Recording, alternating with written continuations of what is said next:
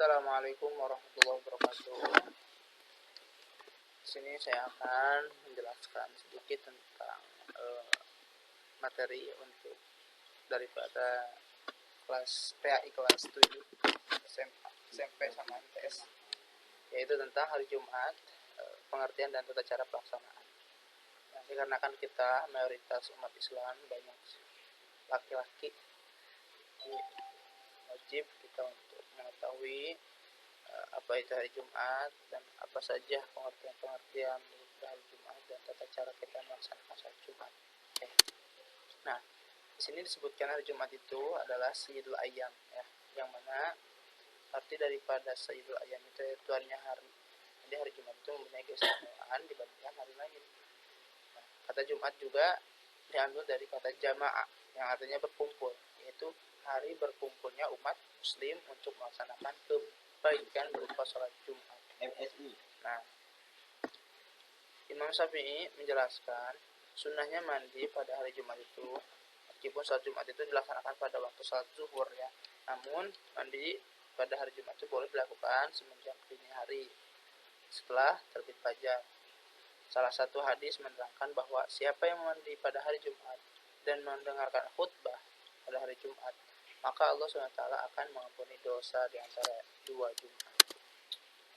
Apa sih sholat Jumat itu? Nah, pasti perempuan, ya, yang mungkin tidak begitu banyak tahu tentang hari Jumat. Nah, sholat Jumat itu adalah sholat 2 rakaat dengan berjamaah yang dilaksanakan sesudah khutbah, ya.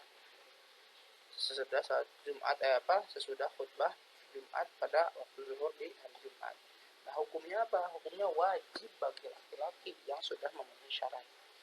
Nah, sesuai dengan firman Allah dalam Al-Quran, A'udzubillahi minasyaitonirrajim, Bismillahirrahmanirrahim, Ya ayyuhalladzina amanu idza nudiya lis-sholati min yaumil jumu'ah fas'au ila dzikrillahi wa zarul bai', dzalikum khairul lakum in kuntum ta'lamun.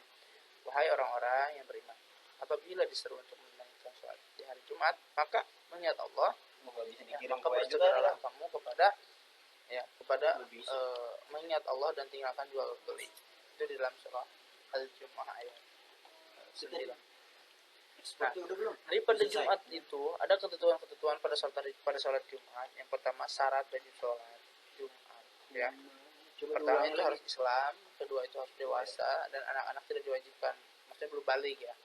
Terus yang ketiga yang berakal, ya. Orang gila tidak wajib. Terus selanjutnya laki-laki, perempuan tidak diwajibkan, ya. Terus yang selanjutnya sehat, jadi orang yang sedang sakit atau berhalangan tidak diwajibkan. Terus menetap atau bermukmin atau orang sini asli, itu daerah asli, ya. Kalau orang yang sedang dalam perjalanan itu ya tidak wajib. Oke. Ada juga syarat sah mendirikan sholat Jumat itu diantaranya harus dilaksanakan di tempat yang telah dijadikan tempat bermukim oleh penduduknya, baik di perkotaan maupun di pedesaan.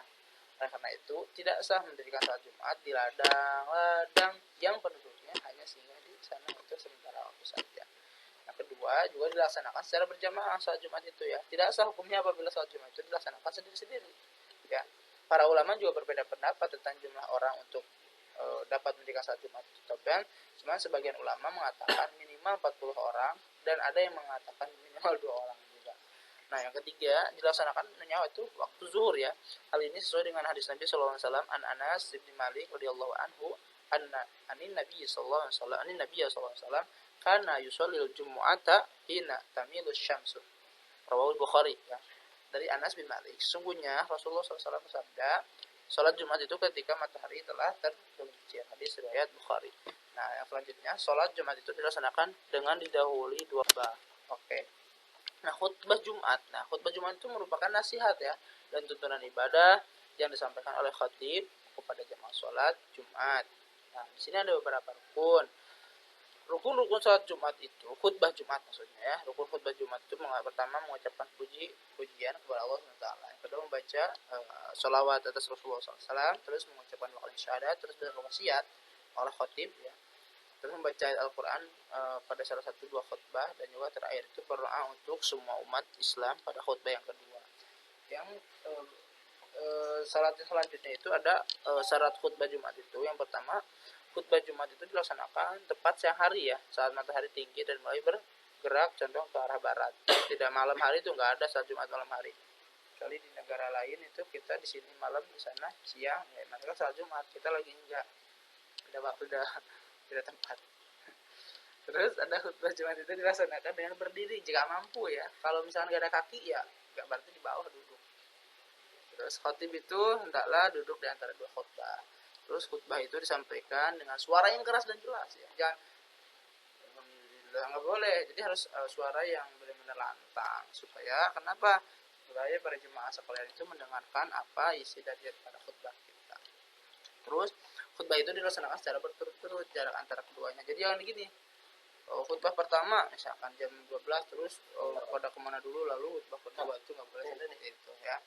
Terus selanjutnya khutbah itu dalam keadaan suci dari najis dan hadas. Terus khotibnya itu mengatur itu. Nah, sekarang sunnah khutbah Jumat apa saja? Khutbah itu dilaksanakan di atas mimbar atau tempat yang tinggi ya. Jadi jangan usahakan khutbah itu jangan duduk misalkan di bawah, nggak boleh. Kan tadi disebutkan khutbah itu harus dengan syaratnya itu harus berdiri. Nah, terus khutbah itu disampaikan dengan kalimat yang fasih, terang, dan mudah dipahami. Terus khutbah itu menghadap ke jemaah sholat Jumat. Terus khutbah khotib itu membaca sholawat atau yang lainnya di antara dua khutbah. Terus khotib menertibkan 3 rukun, yaitu dimulai dengan pujian, sholawat Nabi, dan berwasiat. Nah, terus jemaah sholat Jumat itu hendaklah diam, jangan berisik gitu lah. Itu nanti menjadikan batalnya khutbah Jumat. Nah, khotib juga adalah memberi salam. Kan, khotib juga adalah duduk di kursi mimbar sesudah memberi salam dan mendengarkan azan. Jadi ada 2 azan, ada yang 1 azan juga. Nah, di sini ada sunnah yang berkaitan dengan salat Jumat ya. Yang pertama apa? Mandi terlebih dahulu sebelum pergi ke masjid. Yang kedua, memakai pakaian yang bagus dan disunahkan berwarna putih. Hari Jumat, ya itu bagus banget ya. Terus memakai wangi-wangian, parfum, apalah segala macam dipakein. Itu memotong kuku ya kan. Terus apalagi banyak ya tentang wangi apa sunnah-sunnah yang bersangkutan dengan salat Jumat. Terus memotong kumis, menyisir rambut, menyelenggarakan pergi ke masjid untuk melaksanakan salat Jumat. Jadi jangan kalau bahasa Islam itu jangan akhir-akhir gitu. Jadi jangan harus duluan gitu, siapa yang cepat gitu kan. Terus pulangnya di akhir. Terus melaksanakan sholat tahiyatul masjid ya, untuk sholat untuk menghormati masjid, baca Al-Quran atau zikir. Sebelum apa? Sebelum khutbah Jumat.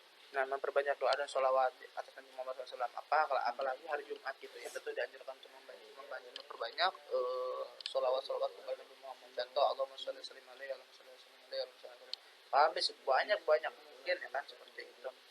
Nah, terus ada melaksanakan salat Jumat itu pertama meluruskan shaf, terus ketika khotib sedang khutbah tidak boleh berbicara. Dan juga dalam sebuah hadis itu ada hadis yang diriwayatkan oleh Abu Hurairah, Rasulullah SAW yang artinya, jika engkau berkata pada sahabatmu pada hari Jumat, diamlah dan khotib sedang berkhutbah, sungguh engkau telah berkata sia-sia. Jadi nggak boleh ya, itu hadis riwayat Bukhari Muslim, nggak boleh berbicara ketika khotib sedang berkhutbah.